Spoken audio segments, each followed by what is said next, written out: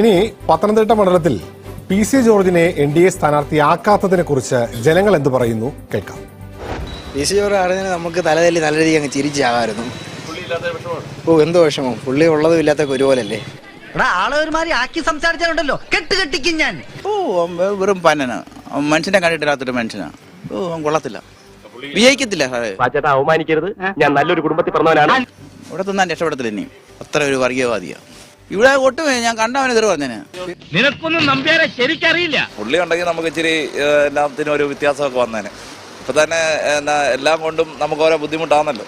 ആ ബുദ്ധിമുട്ടൊക്കെ മാറി കിട്ടാനുള്ള ഒരു വഴിയായിരുന്നു. അങ്ങനെ പറഞ്ഞു കൊടുക്കണ PC ജോർജ് സ്ഥാനാർത്ഥിയെങ്കിൽ BJPക്ക് കിട്ടേണ്ട വോട്ട് പോലും കിട്ടത്തില്ലായിരുന്നു. എന്താ ഉത്തമ ജനങ്ങൾ നമ്മളോട് ഇങ്ങനെ പെരുമാറിയത്? PC ജോർജാണ് അനിലിനേക്കാൾ നല്ലതായിരുന്നു. അതെനിക്കിഷ്ടായി. അനിലാന്റണി വന്നുകൊണ്ട് കുഴപ്പം പറയുന്നില്ല, BJPക്കാരനെങ്കിലും കുഴപ്പമൊന്നും പറയുന്നില്ല. പക്ഷെ എനിക്ക് മനസ്സുകൊണ്ട് ആഗ്രഹം PC ജോർജിനായിരുന്നു. എന്നെ പൊക്കി പറഞ്ഞ് സോപ്പിടാനുള്ള പരിപാടിയാക്കാം. PC ജോർജ് ആണെങ്കിൽ അവസരവാദി, വിഘടനവാദിയാണ്. ഓരോ മാറ്റത്തിനനുസരിച്ച് സംസാരിച്ചിരിക്കും. നാളെ BJP ആണെങ്കിൽ മറ്റന്നാളെ കോൺഗ്രസ്.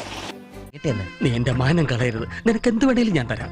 അപ്പൊ പിന്നെ ഞാൻ പോട്ടെ സ്വാമി, പോവാനാ സ്വാമി.